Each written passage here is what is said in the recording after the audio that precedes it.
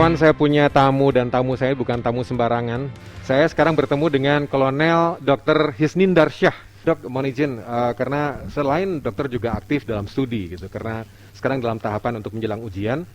Saya pantau dari akun sosial media Dr. Hisnin juga aktif dengan kegiatan sosial yang sangat berhubungan dengan anak yatim, lalu COVID-19 gitu. Kalau menurut perspektif Dr.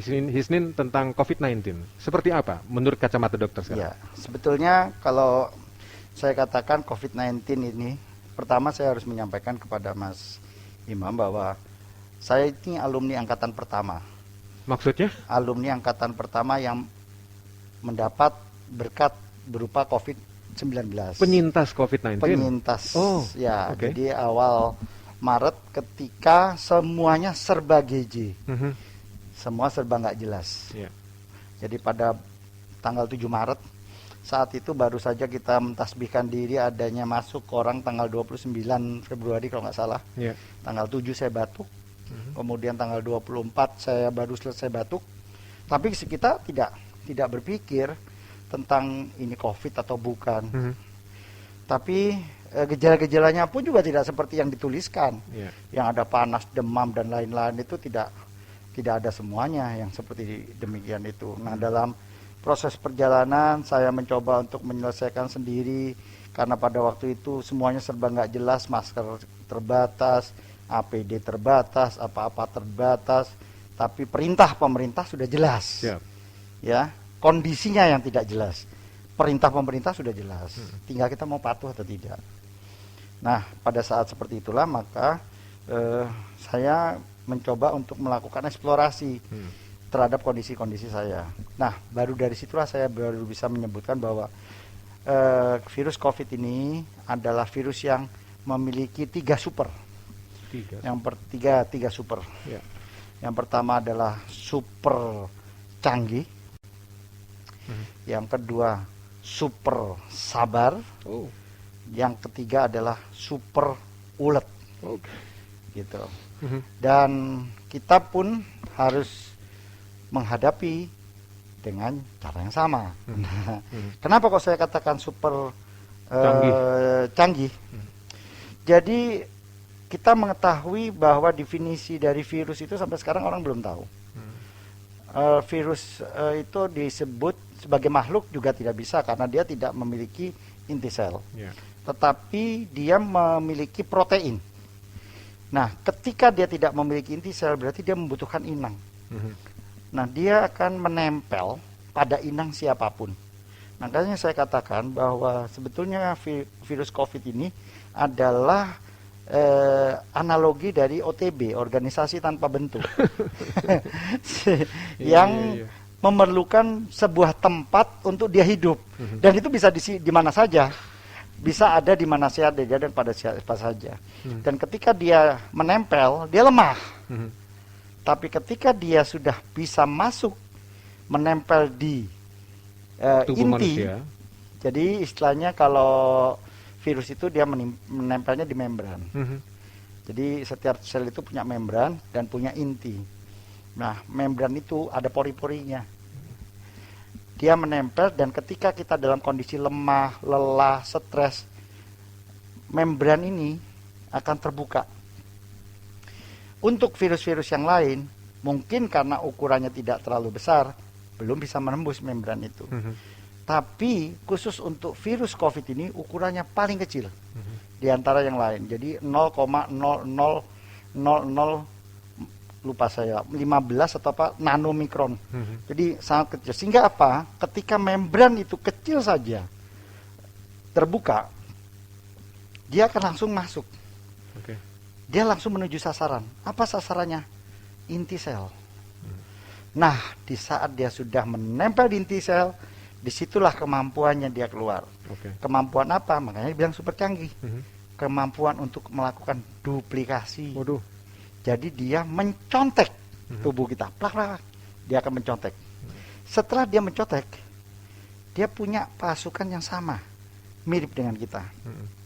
Lalu dia akan melakukan yang namanya perbanyakan di dalam sel. Namanya replikasi. Perbanyakan dia. Dan model bentuknya mirip dengan kondisi kita. Sehingga apa? Sehingga sensor atau alarm tubuh bahwa ada sesuatu yang masuk yang menyerang berbeda dari yang lain, itu menjadi tidak waspada. Oke. Akibatnya kita sering mengatakan, alah coba flu biasa, alah cuman batuk biasa. Dan waktu itu ternyata Dokter Hisni juga mengalami yang sama. Batuk Sangat biasa. mengalami. Saya malah, alah cuma batuk biasa kayak begini. Dan 3 kali, ini saya katakan dia super canggih ya. Dan dari 3 itu nanti saya akan ada kesimpulan sendiri.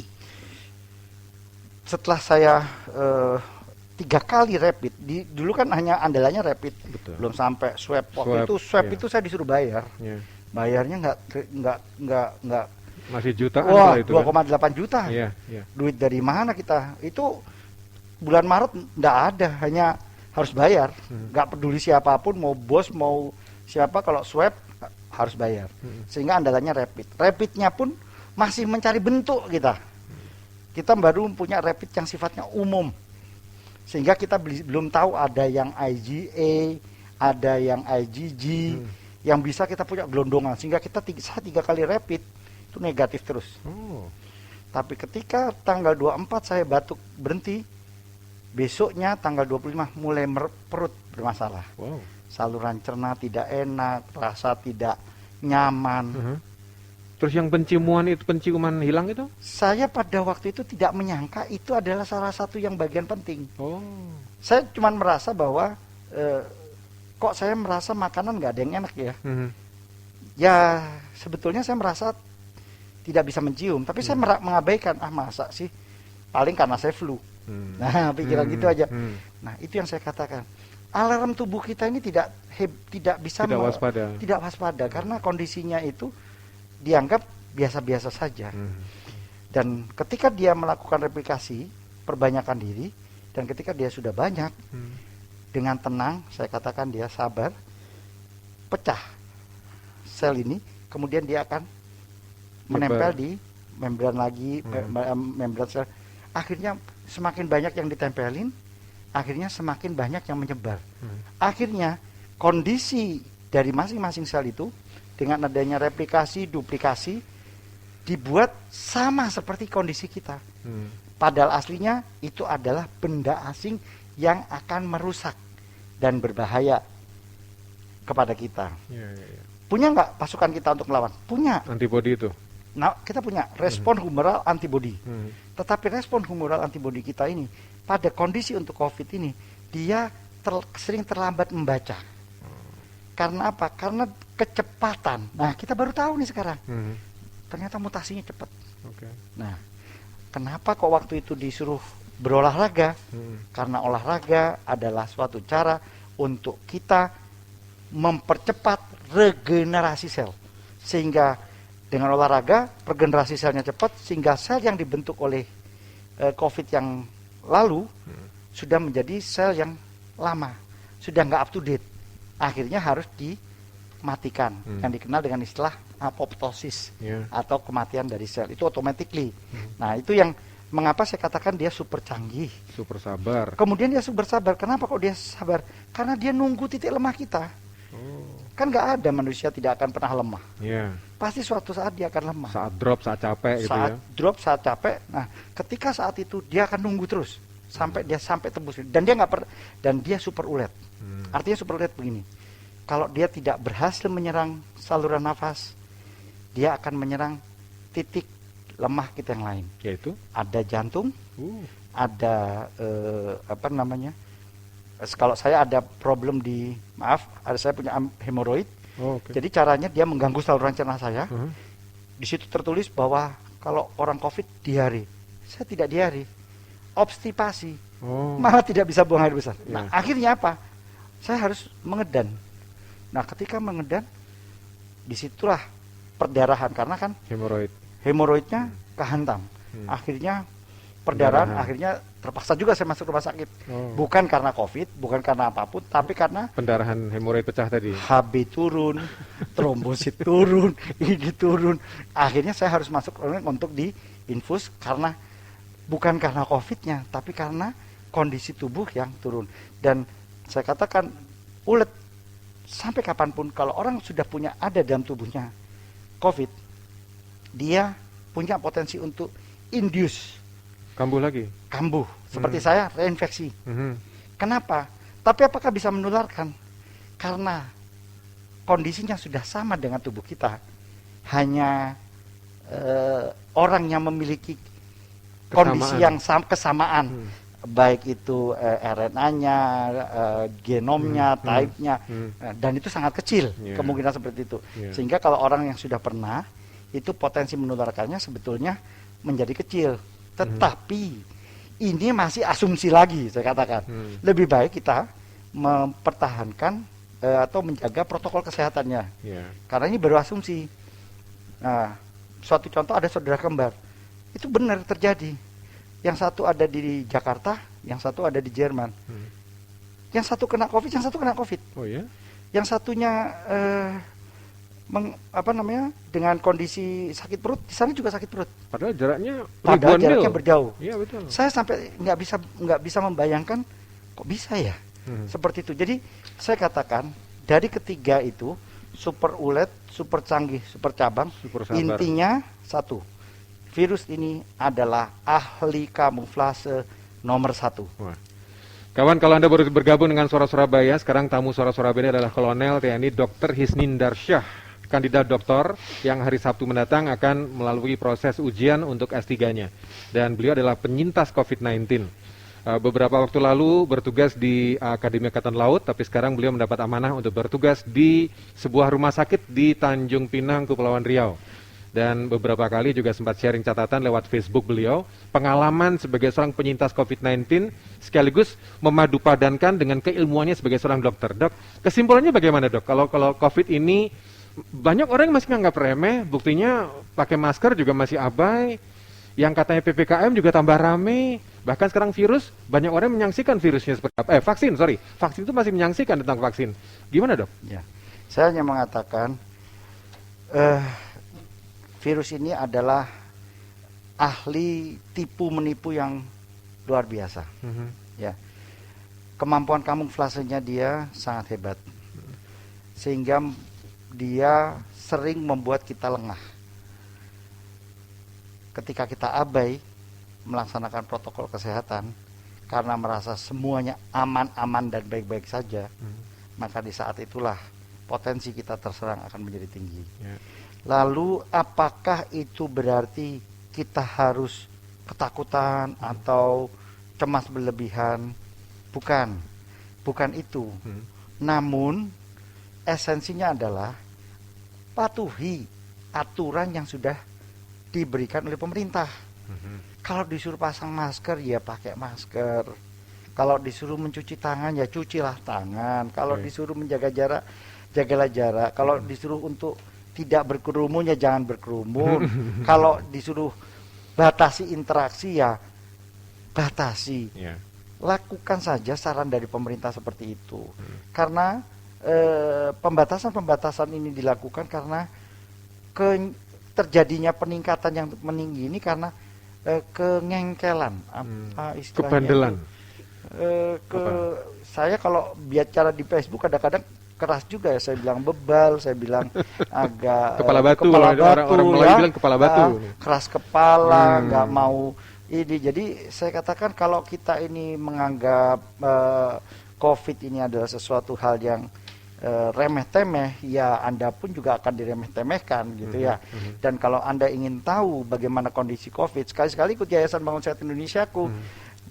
Karena Yayasan Bangun Sehat Indonesiaku tuh sering berkunjung berbagi kepada petugas makam, ya, kepada petugas pemulasarasan jenazah, ya, kemudian kepada petugas ambulan, kepada nakes-nakes, di mana mereka sendiri sebetulnya sudah kelelahan.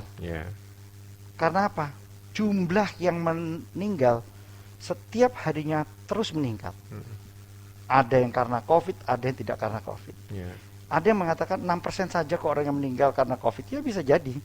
Tetapi yang 94% meninggal itu karena diinduce atau di-trigger oleh adanya COVID, setelah sembuh ternyata multiple failure organ. Waduh, Atau terjadi gagal gagal organ yang menyeluruh. Karena terjadinya karena COVID ini sudah masuk ke titik lemah dari tubuh kita. Karena setiap orang tuh pasti ada titik lemahnya. Nggak mungkin. Betul. Ada yang punya penyakit hipertensi, ada yang punya penyakit jantung, demam berdarah. Loh, jangan main-main Mas Imam. Ada juga yang penyakit dompet kurang isinya. Itu juga berpengaruh. Kok bisa Gitu ya. pengaruhnya di mana? Stres. Pak. Lawannya COVID adalah anti stres. harus bahagia terus. Nah, Ya. salah satunya saya datang ke SS ini adalah untuk berbagi kebahagiaan. Jadi memang saya ini karena sudah merasakan tidak enaknya, sakitnya, bagaimana kebingungannya saya pada waktu itu ketika menjadi mengalami kondisi COVID-19. Dan kebetulan istri saya pun juga bersamaan juga kena juga. Oh, Ibu. Ya, karena kebetulan waktu itu saya ingat tanggal 14 Maret kita sama-sama melakukan bakti sosial di daerah Gesik bagi anak-anak dengan kebutuhan khusus, anak yang berkebutuhan khusus. Dan saya tahu penyebabnya adalah saya, karena pada tanggal 14 itu saya sudah batuk-batuk terus. Ya, jadi kita juga belum alert. Ternyata setelah dalam perjalanan waktu April, Mei, Juni baru relawan-relawan yang ikut kegiatan itu menceritakan bahwa setelah kegiatan itu ada yang batuk, ada yang greges, ada yang panas, ada yang ini dan terpapar. itu. Jadi sebetulnya mereka sudah terpapar tapi tidak sadar. Waduh. Ya. Karena kita tidak sadar. Karena apa? Bukan ya memang karena apa ya? Kemampuan untuk kamuflase dari virus ini sangat luar biasa sekali. Jadi kita tidak bisa memandang remeh terhadap kondisi. Makanya saya sampai mungkin sudah sampai bukunya di Mas Imam. Saya bikin buku perang menghadapi corona yang isinya adalah tulisan-tulisan saya yang ada yang keras dan lugas, sederhana. Saya sadar bahwa saya juga bukan orang pintar-pintar amat. Yang kalau disuruh bicara bahasa tinggi-tinggi itu nggak bisa juga gitu ya. Saya hanya orang yang biasa-biasa saja dan saya ingin mengkomunikasikan apa yang saya tahu dari sudut yang mudah, sederhana dan biasa saja. Dan kebanyakan masyarakat kita ini masih kurang mendapatkan informasi-informasi secara mudah, sederhana dan masih mudah termakan oleh hoak. Hoak yang berita-berita yang sengaja dikondisikan untuk membenturkan antara satu kelompok dengan kelompok yang lain, satu kepentingan dengan kepentingan yang lain, dengan memanfaatkan kondisi seperti ini. Sekarang yang dimanfaatkan adalah kondisi pandemi, dengan membuat isu, dengan membuat info-info yang akhirnya menimbulkan suasana yang chaos. Efeknya ini yang harus saya tekankan buat diri saya. Indonesia ini adalah negara yang sangat sangat seksi. Indonesia ini adalah negara yang sangat mempesona. Bukan hanya untuk, bahkan mungkin orang Indonesia nggak merasa ya. Tapi dari pengalaman saya beberapa kali saya keluar, saya melihat betapa mereka sangat inginnya memiliki sebuah negara yang bernama Indonesia. Makanya diobok-obok terus. Itu dia. Targetnya adalah instabilitas. Hati-hati dalam hal ini. Dengan kondisi-kondisi berita-berita yang seperti itu, akhirnya menimbulkan keresahan, akhirnya menimbulkan konflik antara satu kelompok dan timbullah instabilitas. Dan instabilitas inilah yang sangat membahayakan. Oleh karena itu, saya tidak akan pernah berhenti. Mau dianggap, mau didengar, atau diserang buser, atau dianggap, saya akan terus untuk mensosialisasikan dan mengedukasi sesuai dengan kemampuan saya. Agar kita ini betul-betul alert, agar kita betul-betul waspada. Gak usah paham terlalu tinggi-tinggi lah, tapi kita waspada bahwa corona ini ada, nyata, dan kita harus memeranginya. Nah, oleh karena itu maka melalui yayasan yang saya buat, saya langsung turun. Ya lebih tepatnya bukan saya sebetulnya, karena saya di Tanjung Pinang, saya hanya sebagai founder, saya hanya sebagai pendiri saja, yang lebih banyak bergerak dan membantu di kegiatan tersebut adalah ketua yayasan Bu Firlima Vitasari, ya, istri saya. Tapi saya sudah pensiun sebetulnya dari yayasan ini sejak 10 tahun yang lalu. Saya hanya membantu saja untuk mendorong agar kegiatan-kegiatan ini tidak pernah berhenti. Dan memang satu clue yang harus dipahami bahwa COVID itu nyata, dan hanya dengan kesinergitasan kita bersama dari seluruh kelompok masyarakat, dari seluruh komponen dan elemen masyarakat yang ada, maka kita akan dapat menghadapi ini secara bersama-sama. Ya. Dan aslinya kita sebenarnya berhasil loh, Mas. Betul, baik. Cuman kita sendiri yang masih meremehkan keberhasilan itu. Ya. Perjalanan masih panjang, tapi terima kasih dokter untuk ceritanya. Matur nuwun juga untuk mampir ke Surabaya, dokter. Oke. Mudah-mudahan ujiannya sukses. Dan apa ini, summa cum laude. Amin, terima kasih. Yeah. Terima kasih juga untuk langsung ditembaknya saya untuk langsung ngomong di sini, Mas. Terima kasih banyak. Matur nuwun, Dr. Terima kasih Ismin. banyak. Assalamualaikum. Waalaikumsalam warahmatullahi wabarakatuh.